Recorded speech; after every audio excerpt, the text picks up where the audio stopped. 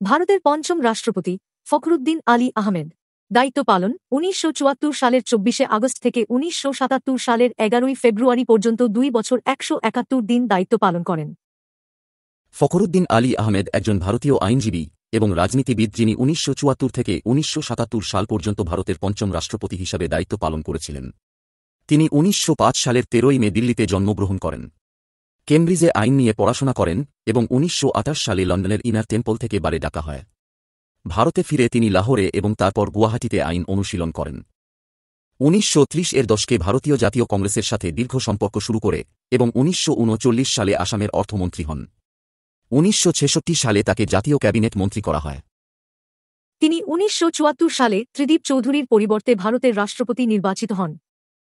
রাষ্ট্রপতি হিসাবে আহমেদ ১৯৭৫ সালের আগস্টে জরুরি অবস্থা জারি করেন এবং ইন্দিরা গান্ধীকে ডিক্রি দ্বারা শাসন করার অনুমতি দেয়।